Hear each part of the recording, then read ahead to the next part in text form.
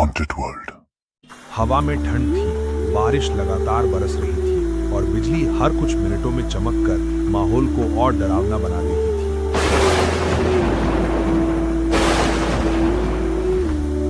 रात ठीक 2 बज रहे थे।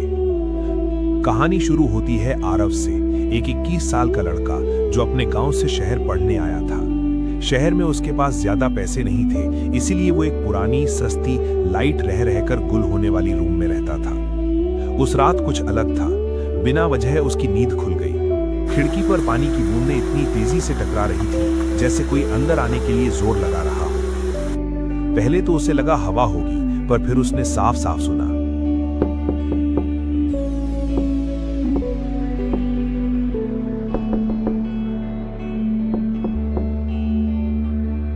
कोई खिड़की पर दस्तक दे रहा था। वो डरते डरते खिड़की के पास गया।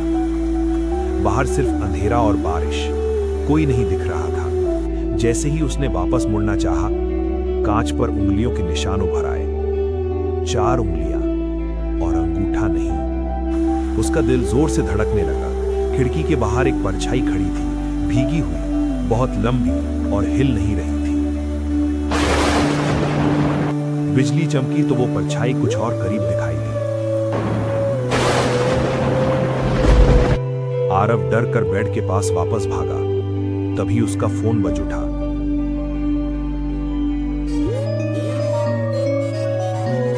कॉल एक अनजान नंबर से था। डरते हुए उसने फोन उठाया। बारिश में बाहर मत निकलना आरव, वो जाग गया है। आरव हक्का बक्का रह गया। कौन कौन बोल रहा है? आवाज टूटी हुई थी, सिर्फ इतना ही बोली। दरवाजा मत खोलना, किसी भी हालत में नहीं। और कॉल कट गया।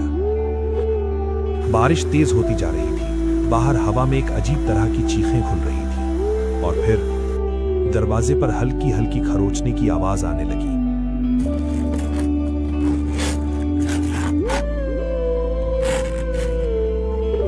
आरव ने धीरे से दरवाजा खोला नहीं, उसने बस नीचे से झिरी में झांक कर देखा। फर्श पर पानी टपकने की आवाज हो रही थी और दरवाजे के नीचे से काले रंग का पानी अंदर आ रहा था। बारिश का पानी कभी काला नहीं होता। तभी उसने देखा 2 बरसाती भीगे पैर, मुड़े हुए, जैसे किसी ने टांगे तोड़ दी हो। वो पैर दरवाजे के बिल्कुल सामने खड़े थे। आरव पीछे हटने ही वाला था कि दरवाजे की झिरी के बेहद करीब आकर एक लंबी पतली सफेद उंगली घुसाने की कोशिश हुई। लेकिन ये इंसान की उंगली नहीं थी, ये कुछ और था। कुछ ऐसा जो हर साल बरसात की आखिरी रात शहर में वापस आता था। कमरे में पढ़ाई करते समय आरव को अलमारी में एक पुरानी डायरी मिली थी जो पिछले किराएदार ने छोड़ी थी। डर के मारे उसने जल्दी से डायरी उठाई और पन्ने पलटने लगा। एक पन्ने पर लिखा था, वो बारिश में आता है, आखिरी रात, जिसे भी अकेला पाता है उसे ले जाता है। उसकी उंगलियां 5 नहीं 4 होती हैं और पैर कभी सीधा नहीं होता। आरव की आंखें फैल गईं। ठीक वही चीज अभी उसके दरवाजे पर थी। अगला वाक्य पढ़ते ही उसका खून जम गया। दरवाजा खुला तो वापस कभी नहीं मिलता। खिड़की पर वो सिर्फ पूछता है, अंदर आ सकता हूं? जैसे ही उसने पढ़ा, उसी समय खिड़की पर वही आवाज दोहराई गई, अंदर आ सकता हूँ। आवाज इतनी पतली, इतनी भयानक थी जैसे कोई अपनी हड्डियों से बोल रहा हो। आरव ने दरवाजे की तरफ पीठ लगाकर बैठ गया। उसने डायरी का आखिरी पन्ना खोला। इसमें लिखा था, अगर वो आपका नाम ले ले तो अब कुछ नहीं बचता। और तभी बाहर से वही टूटी हुई आवाज आई, आरव, दरवाजा खोलो। उसकी सांसें थम गईं। ये उसी नंबर वाली आवाज थी जिसने उसे फोन किया था, लेकिन अब वो दरवाजे के बाहर थी। रात के 3 बजे बारिश अचानक रुक गई। कमरा शांत हो गया। आरव ने सोचा शायद वो चीज चली गई होगी, लेकिन तभी उसने देखा दरवाजे के नीचे से एक लंबी काली जीप जैसी चीज अंदर सरक कर आ रही थी, धीरे धीरे, जैसे किसी को कमरे की गंध सूंघनी हो। आरव ने चिल्लाते हुए कमरे की एकमात्र टॉर्च उठाई। जैसे ही उसने रोशनी फेंकी, वो जीप बिजली की स्पीड में अंदर घुस गई। आरव कमरे के कोने में बैठा कांप रहा था। कमरा पूरी तरह अंधेरा था। अचानक दरवाजा धीरे से खुल गया बिना किसी ताकत लगाए, बस अपने आप। वो लंबी परछाई अंदर आई, 4 उंगली वाला हाथ, उल्टे मुड़े पैर, चेहरा चेहरा कहीं नहीं था, सिर्फ एक काला गड्ढा जिसमें कोई गहराई नहीं दिखती थी। परछाई ने आगे बढ़कर बस एक बात कही, आखिरी रात, चलो। और फिर दरवाजा धीरे धीरे बंद हो गया। बारिश थम चुकी थी, पर हवा अभी भी भारी थी, जैसे रात ने कुछ पीछे छोड़ दिया हो। आरव के कमरे के पास रहने वाले मोहन और सुरेश सबसे पहले वहां पहुंचे। दरवाजा अंदर से बंद था, चाबी बाहर पड़ी थी। उन्होंने दरवाजा तोड़ा और अंदर देखा। कमरा बिल्कुल खाली। फर्श पर गीले उल्टे पैरों के निशान थे जो खिड़की की ओर जाते थे, और वहां एक पन्ना पड़ा था। मैंने दरवाजा खोला नहीं था। मोहन ने कांपते हुए कहा, ये तो इंसान के पैर नहीं लगते। सुरेश ने नीचे झुककर निशान छुए। ये अभी अभी बने हैं, अभी सूखे भी नहीं। दोपहर 3 बजे का समय था। मोहन को कमरे में एक पुरानी डायरी मिली, वही जो आरव पढ़ रहा था। उसके बीच एक नया पन्ना फंसा था जिस पर खरोंचे जैसी लिखावट थी। वो वापस आएगा, क्योंकि इस बार वो पूरा नहीं ले गया। मोहन और सुरेश दोनों चुप हो गए। बाहर फिर से हल्की बारिश शुरू हो चुकी थी। रात के 11 बजे पूरा मोहल्ला खिड़कियां बंद कर चुका था। हल्की थरथराती हवा और गंध, कुछ जला हुआ, कुछ सड़ा हुआ। मोहन और सुरेश एक ही कमरे में बैठ बात कर रहे थे। सुरेश बोला, अगर आरव कहीं गया है तो वापस आएगा क्या? मोहन ने धीमे से कहा, डायरी में लिखा था, जिसका नाम वो ले ले वो वापस नहीं आता। दोनों के चेहरे पीले पड़ गए। पर आरव कहां गया था?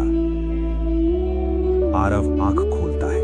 वो एक पुरानी जंग लगी फैक्ट्री में पड़ा था। बाहर काली बारिश हो रही थी। अंधेरे में एक आवाज गूंजी, तू जा नहीं सकता, अब तू उसका है। आरव बोलना चाहता था, पर उसकी आवाज किसी ने निचोड़ कर निकाल ली थी। ठीक रात के 2 बजे मोहल्ले की अलग अलग खिड़कियों पर हल्की दस्तक हुई।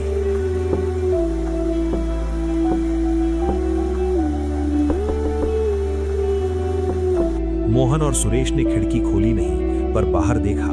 कांच पर 4 उंगलियों के निशान उभर रहे थे, बिना अंगूठे वाले। सुरेश ने डरते हुए कहा, यही तो आरव के कमरे में था।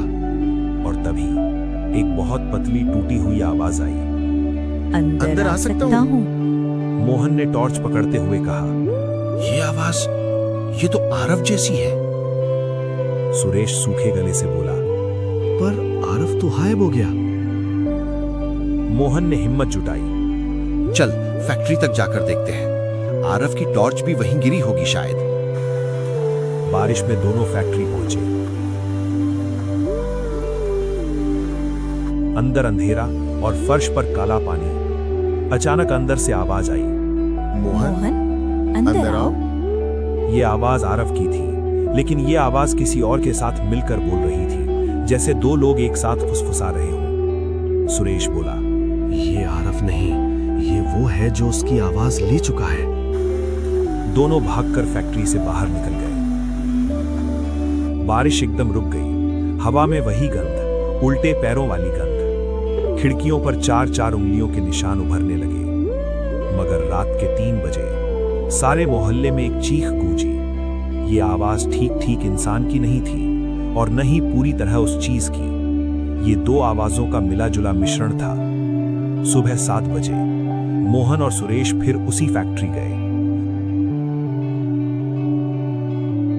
अंदर सिर्फ एक चीज मिली, एक कागज, आरव की लिखावट में, मैं जिंदा हूं, पर अब मैं नहीं रहा। उसके नीचे 4 उंगलियों का काला लंबा निशान था।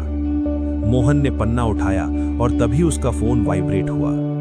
स्क्रीन पर लिखा था, मिस्ड कॉल, आरव। सुरेश के फोन पर भी वही कॉल आया।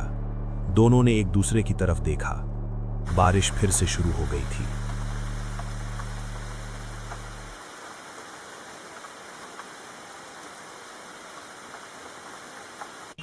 और कहीं दूर से फुसफुसाहट आई।